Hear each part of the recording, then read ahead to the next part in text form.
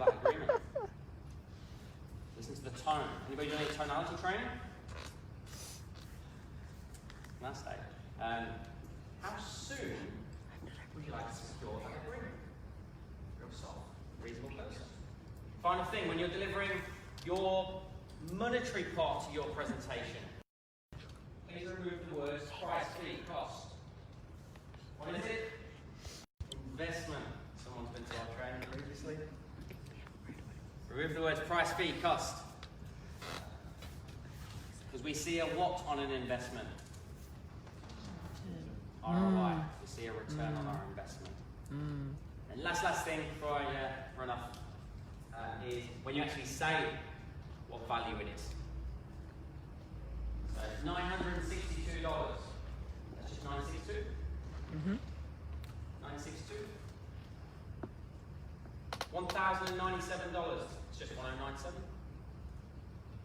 Just only the minimizers just before you say the price point. We've got a program that's 2200. It's not 2200. It's 2200.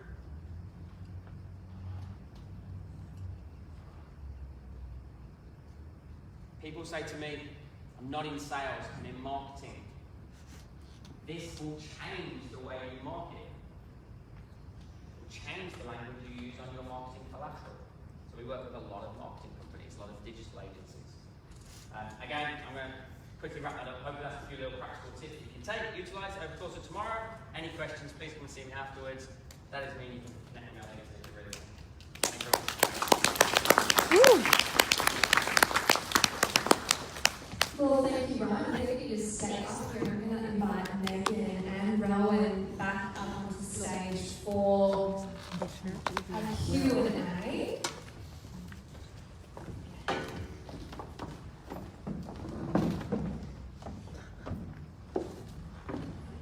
Now, we do have some microphones that are going to get passed around in the audience. So if you do have a question for one of our guests, please just raise your hand.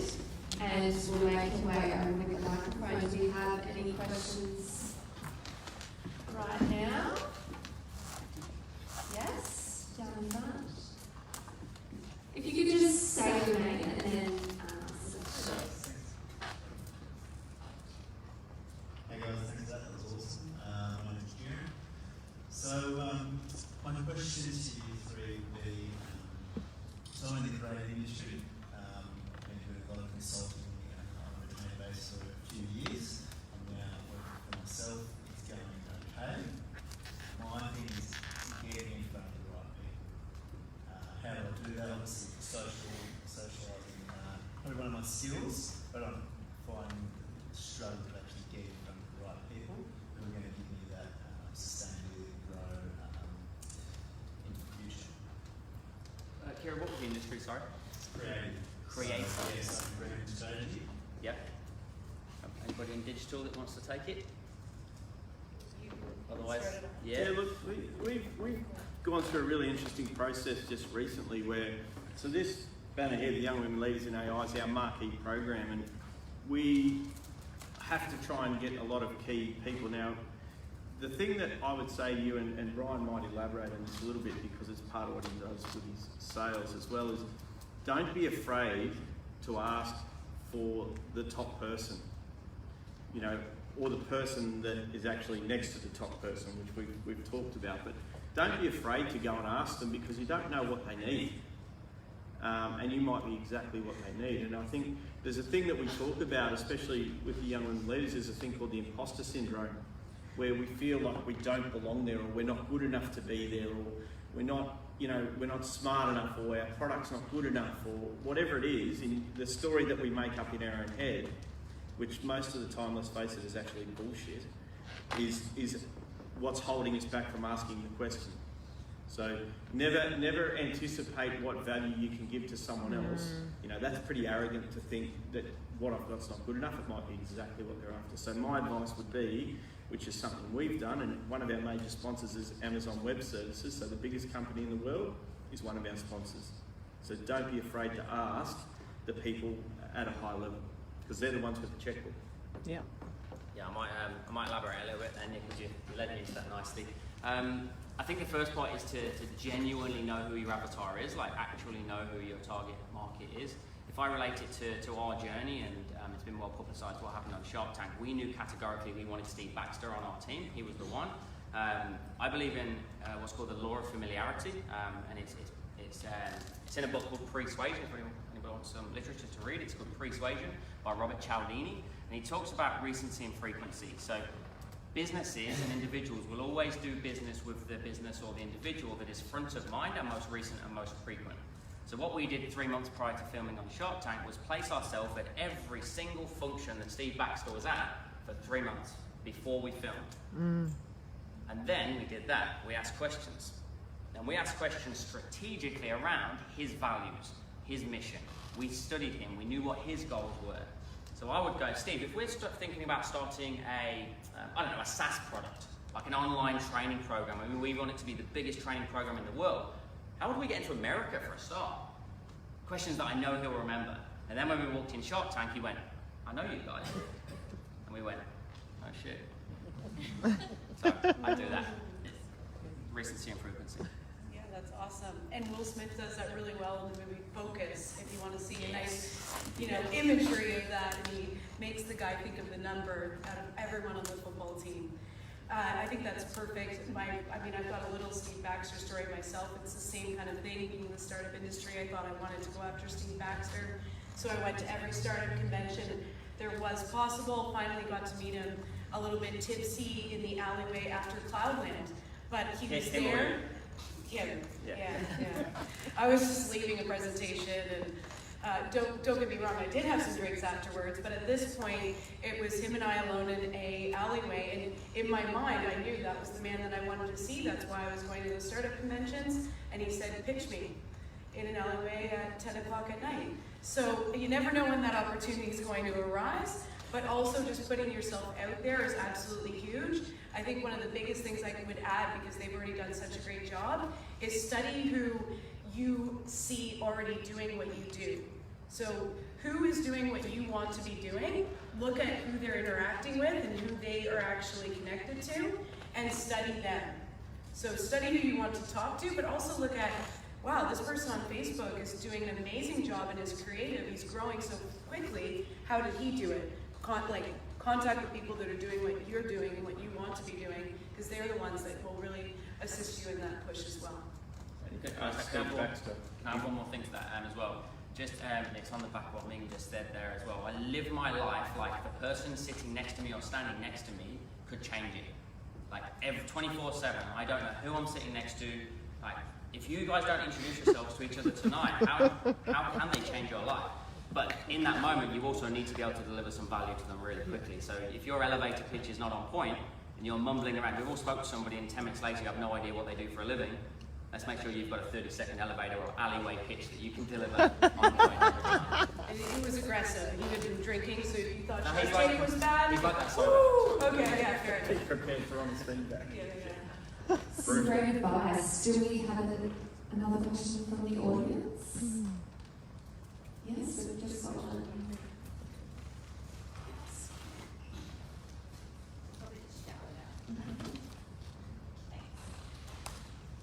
Ryan, you mentioned before that you should go to bed learning something new every day. I was just wondering, from each of you, what are some of the tools or resources that you go to? I know that you've mentioned Tony Robbins and Gary Vee, really inspirational.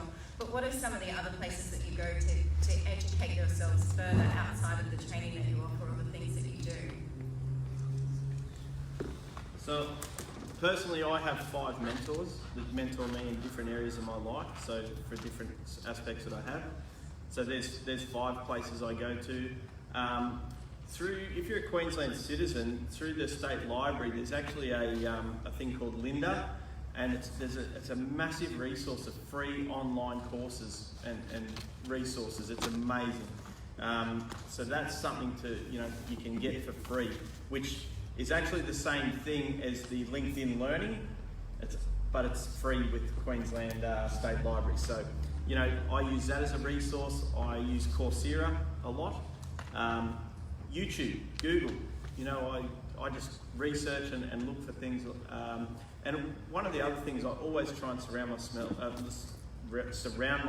with smarter people, you know, and ask them. So find out who are the experts.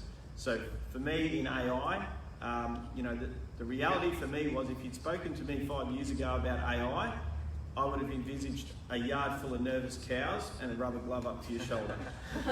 Okay, so you know that's where I've come from. So I've actually surrounded myself with really clever people who can provide that information for me, so that when I come to forums like this, I promise you I won't talk tech to you because that's not what I do. I develop people, but I understand what the tech does and the impact it can have on people. So that's what I use.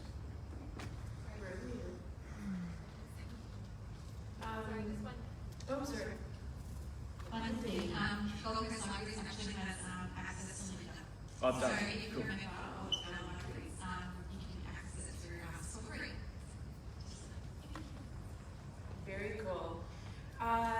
With regards to myself, I feel like I'm always going through these new phases. So I'll just tell you where I'm at right now. Right now, I do a lot of podcasts. So I listen to podcasts via Audible, Spotify. Tim Ferriss' podcast is one that I'm very into. Joe Rogan's another one that I have gotten into as of late. I suggest podcasts if you guys are in the car quite a bit, and if you own your own business and you're an entrepreneur, you probably are. So, or on the train or traveling by plane. So podcasts are an amazing way. I mean, obviously, all the courses that he just mentioned are awesome too. The other thing that I've really gotten into is Audible and utilizing Audible on all different levels. Brene Brown is absolutely amazing when it comes to psychology and emotional intelligence and empathy. I highly suggest, other than asking this gentleman when it comes to sales, that looking outside of just sales, psychology like Brene Brown and being able to connect with people on an empathetic level can really take your business to the next level. Yeah, you let me nuts that nicely. Absolutely. Ironically, I stopped studying sales about 2 years ago. I now study buying behaviours, which is basically humans, just people. What do we do? What makes us take action? So, to answer the question, though, I'm an audible person as well. I struggle to read. Although I did ironically read an interesting fact the other day that if the average book contains 55,000 words and the average person reads 200 words a minute, so if you were to read for 15 minutes a day, that's 3,000 words a day. You'll read a book every 18 days. That's 21 books in a year. So let's go and read 21 books over the next year just for 15 minutes a day. So I found that quite fascinating. But yeah, I listen to Simon Sinek. Jeb Blount is somebody I quite like as well. Yeah, anything around the human brain and what makes people tick and inspires them into action, and that surround yourself with people that are smarter than you. Probably the best advice that you'll ever take. For me personally, I was never arrogant, but I was very naive in business, especially the first year of business. The only reason we are successful in business is because we had an ability to sell. Fact, we didn't know how to run a business, but we knew how to generate revenue. On average, CEOs will spend about 11% of their time on revenue generating tasks. We'll spend the other period of our time doing flyers, marketing collateral, getting beautiful business cards. They do not grow your business, and I spent a lot of time doing that. So the smarter people that are driving revenue taught me that, but the only reason I found that out was because I asked questions. There'll be people in here that you'll be able to learn lessons from tonight that are not just sitting up here right now as well. Well, that is a great segue into asking questions. Surely we have some more from the audience. Got one down in the front. This gentleman in the blue shirt. I've got a very visual business, and we do a lot of marketing on Facebook and Instagram. We've started getting good hits on that. Because of the business, this is worthwhile to look into YouTube, and I'm a dog trainer.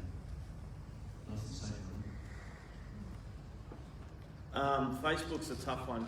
I mean, keeping up with the algorithm is a challenge. What their core purpose is with it is a challenge. So I'm not an expert in that at all. So I guess my answer to that would be there's some really clever social media marketing people around, and I talk to them and they talk to me, and they might as well be talking Chinese, because a lot of the stuff it's like over the top, you know. And so it's a really tough field. I genuinely don't understand it. I try, but I'm not an expert in that side of it. But With Facebook, we can put hits to the local community. yeah, Like we're advertising local communicators and getting a lot of good feedback from that and calls and appointments. But to grow the next part of the business, like YouTube, do dog training demonstrations, is worthwhile to hit YouTube hard so we get more hits on the yeah. this side.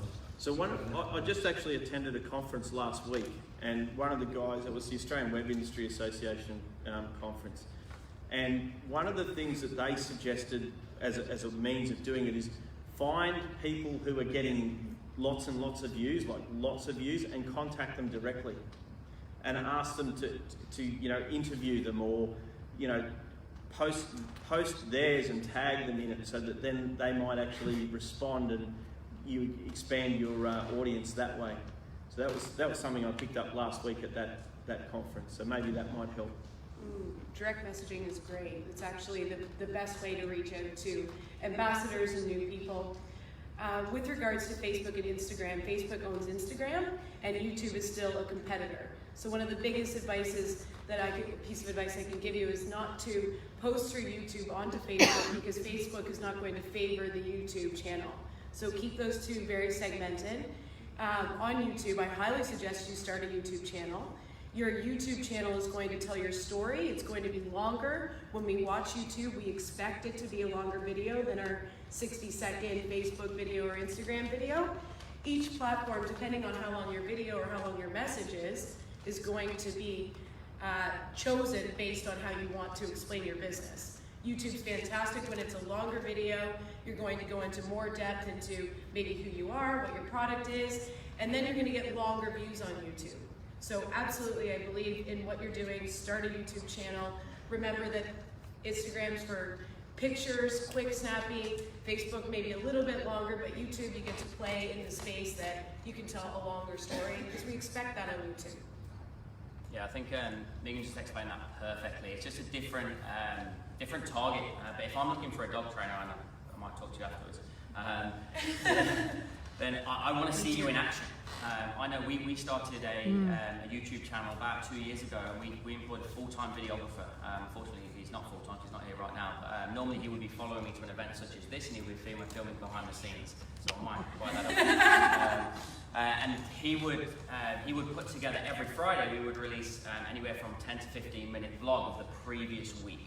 We've had, I wouldn't be able to give you hundreds and hundreds of people saying, I'm doing business with you because I can see behind the scenes. I've seen you, baby boy. I've seen you down the park with your dog and things of that nature. So that gives the people an opportunity to see you genuinely who you are as a person, as a business owner. And I just think we're in such a really fortunate time, I guess, with that online ecosystem that we've got, that why wouldn't we take advantage of all of the areas? Like, I do really well out of LinkedIn, very well from a B2B perspective, because I know what my target is on there. Instagram, I tell people to follow me and I keep it open. I shouldn't really tell you this, but I keep it open, and if I've had a conversation with you and you've given me an objection on, I don't want to do your boot camp, I'm not sure if it will work, I guarantee if you start following me that day, within about 12 hours, you're going to see a testimonial of somebody else that has done the boot camp, that it has worked for. Because you're now a captive audience for me on that page, and I can see if you've watched my story. And guess what? I'll call you the next day and see what you thought of the story. Yeah, we do very similar things. I would tell them that. That's great. In fact, we have BAs for that. We get them to do it all the time. It's super important. It's a great tip. I love it. I believe we have another question. Yep. Just down in front of the lady in green. Hi, thank you for this evening. My name's Melinda and I own a company called Go Kings Gold Coast. We're new to the coast, and I find trying to get my skippings out there to the builders that they don't take necessarily females seriously in the industry. So how do I get the blokes to take me seriously, that I am into rubbish and I want to sell and I want to get into Bill World and all the big companies out there? How do I show them? How do you do it? Yeah, great. I would love to handle that. When it comes to those 3 C's, so courage, confidence, and connection, those are probably the biggest ways. I had to skip through the slides quickly, but we partnered with Uber at a very early time, and it kind of goes back to what you guys were discussing with regards to knowing the right people. When I was in that meeting with Uber, we had about 100 downloads on my app. We were super young, we were a startup. I did not feel confident, but I knew I needed to go into that meeting with those 3 C's and show them that we were ready to take on a partnership with Uber. When you walk into something like that, they can tell right away. In 5 seconds, we actually judge someone. I've already made up my mind about you in 5 seconds. When you're in the fitness industry, it's probably 2. They look at you and they're done, right? If you're not really fit. So in 5 seconds, your body language and how you're coming off to that person that loves, the guys that love the trash, or even more so, but they probably don't, is how you're walking into that meeting, how you're presenting yourself in that first 5 minutes, your eye contact, your shoulders back, your body language, and then as you're listening, really nodding your head, taking everything in, let them speak get as much out of them as you can, and that's gonna get you more ammo to go into what you actually truly want. And always try to phrase things, and this is with men or women, it's generic, back to what you believe they want to hear. So if they want to hear that you can pick up more trash than anyone else out there, then you need to somehow get that in and show it with confidence that you're better than the 5 other guys that came in earlier. So it all comes back to, your body language, your confidence going in there is my greatest advice. It's how I did the Uber deal, let me tell you. I'm scared. Okay, I'm gonna act confident now. The Mel Robbins 5-second rule as well, is it? Yeah, that was from Mel Robbins, so, yes. 5, 4, 3, 2, 1, do it as well. There's a few little practicals as well. I got educated that when you walk into a room, you imagine there's a bit hanging down from it, and you're about to chomp on it as you walk in. It will naturally pull your shoulders back. So that's something really practical that you can think about. And then also from a female perspective, you're right. Unfortunately, and it shouldn't be the case, but it is. They do not demand as much authority as men from men. So what you can do to counter that is what we call save the smile. So if you walk into a room smiling, you just throw that smile away willy-nilly. That's for everybody. If you just count 1, 2, 3 and wait until you actually engage eyes with them and then smile, you've now personalised that smile for me. So it's really, it's minute, but it's a subconscious little cue that says, hey, I'm actually important and I saved it for you. And then language patterns such as, in my experience, you could open with that. Literally the first words out of your mouth, I don't care if your experience is 1 hour or 15 years. I'm not asking you that. In my experience. If you've been in operation for 15 years or the industry for 15 years, tell me that. In the last 2 decades since I've been specialising in this, one thing I've recognised is everybody's situation is different. So what I wanted to do is ask you a couple of really quick questions to make sure I can tailor our services to you. Is that okay? Yeah, if that helps. You're welcome. I think we probably have time for one more question from the audience. Up the back.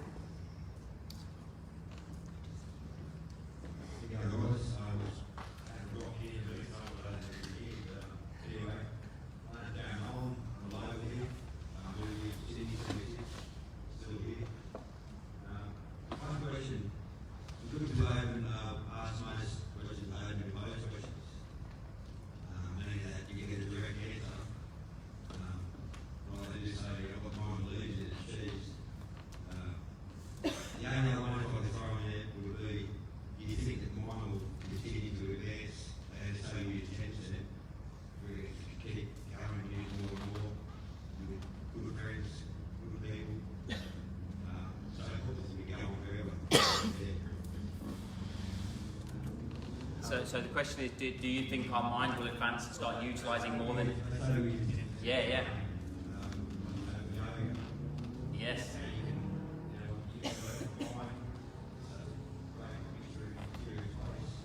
Yeah.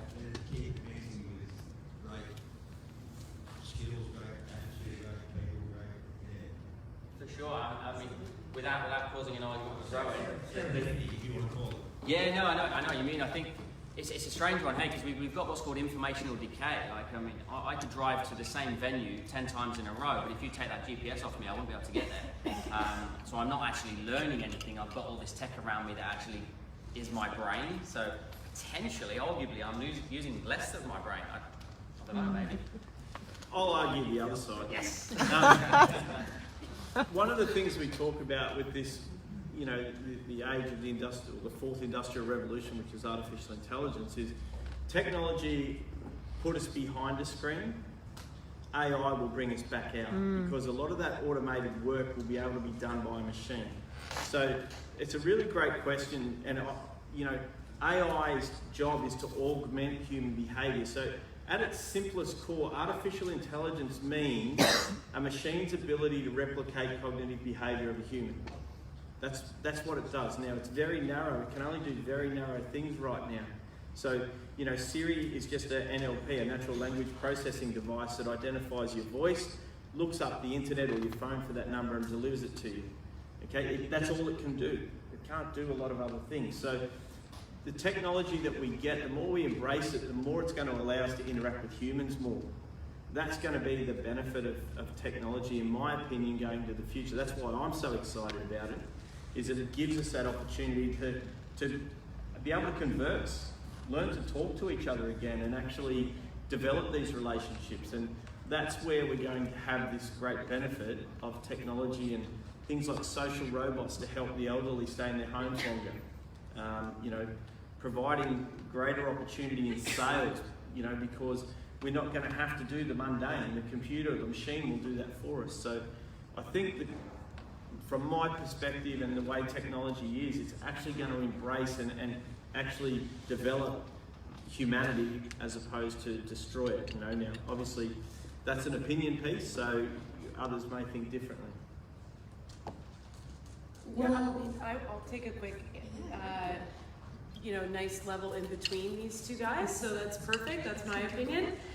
Not one side or the other. I think the most important thing when it comes to technology and furthering develop mankind is we learn how to play with technology.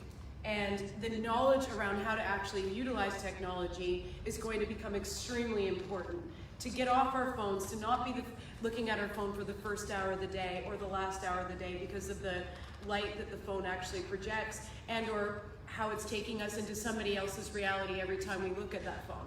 So there's amazing speakers out there that are really heightening the level. For example, a good friend of ours is doing a conscious parenting retreat on how to make sure that your kids are not consistently on the phone all the time, because it is going to assist us, but there's also that side that we need to educate around, because we can totally get, you know, in this envelope of technology where we aren't going outside, we're not being active, where it's going to come to the point that fitness professionals, health and wellness professionals, we're going to be a very critical piece moving forward, and this education is going to become extremely important. There's going to be courses on how to utilize technology and stay fit and stay healthy. I mean, that's just, that's inevitable. It's going to happen. So playing with technology is inevitable, but knowing how to play with it, I think, is going to be the #1 thing.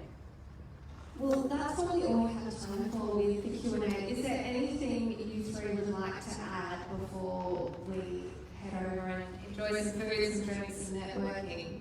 Yeah, again, I'd just like to reiterate, I think it's a great initiative of the library to put these things on, and again, congratulate everyone for coming out and spending their time to improve, you know, what you're learning to do in your business, and making our community a better community, because you're going to have better businesses. So, and it's always great. I've dealt with Ryan before. He's an absolute cracker, and I love having chats with him and listening. We are on a very similar page when it comes to a lot of things, but it is always great. So I would encourage you to, you know, grab him tonight while he's not charging you, and get as much out of him as you can. So, and obviously met for the first time tonight, but obviously inspiring. So again, thanks to everyone, the organisers, for putting on such a great show.